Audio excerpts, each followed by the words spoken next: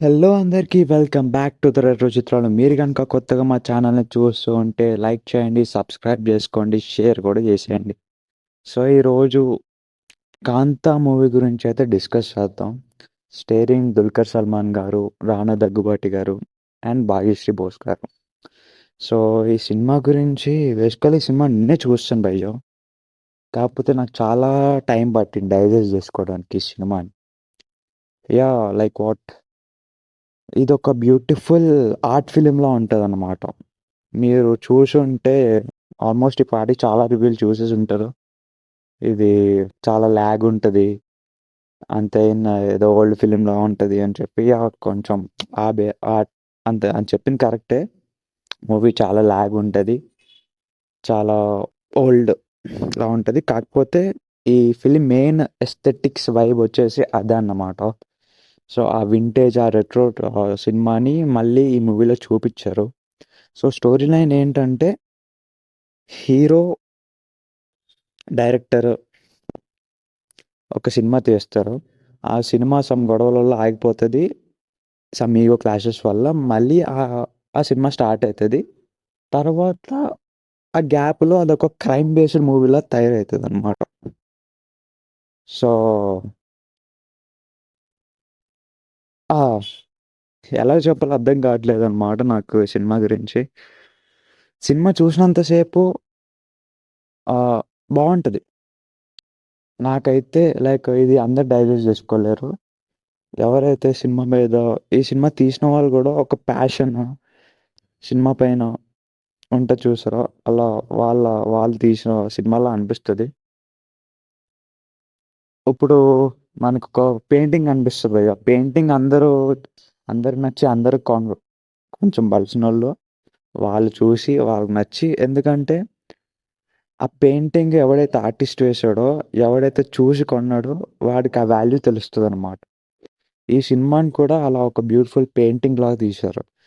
Like ఒక పాత సినిమాని తీసుకొచ్చి ఇప్పుడు చూడరా అంటే ఇప్పుడు జనరేషన్ ఎవరు చూడరు. లాగ్ ఉంది, ఇది బాలేదు, ఆ కలర్ గ్రేడింగ్ ఏంది, సంథింగ్ సంథింగ్ అని ఏదో ఒకటి చెప్తూ ఉంటారు. సో ఈ మూవీ ఆ టెంపో కింద వస్తది.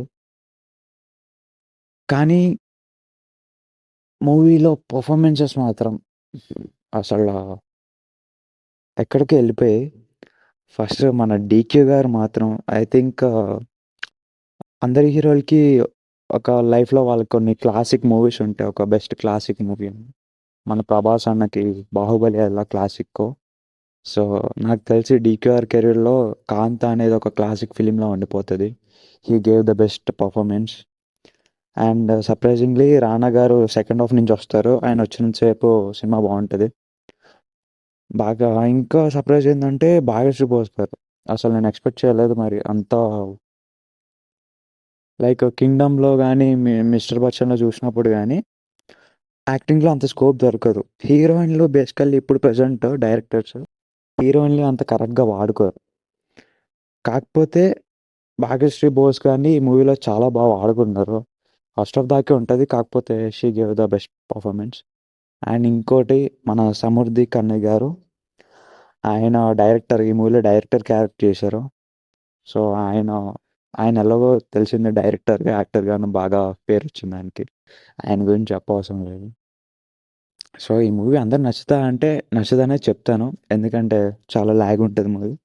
నాకెక్కిందా అంటే నాకు బేసికల్లీ ఇలాంటి ఫిలిమ్స్ బ్యాక్‌డ్రాప్, ఇలాంటి సినిమా బ్యాక్‌డ్రాప్ గాని, ఇలాంటి రెట్రో ఫీలింగ్ ఉన్నవి అంత చూసేదాకా నచ్చవు నాకు. నేను చెప్పాను నా షార్ట్‌లో, ట్రైలర్ కూడా నన్ను ఇంత ఇంప్రెస్ చేయలేకపోయింది. కాకపోతే 'డీక్యూఆర్' స్క్రిప్ట్ సెలక్షన్ మీద నాకు నమ్మకం ఉందని. సో ఆ నమ్మకం అయితే నిలబెట్టింది.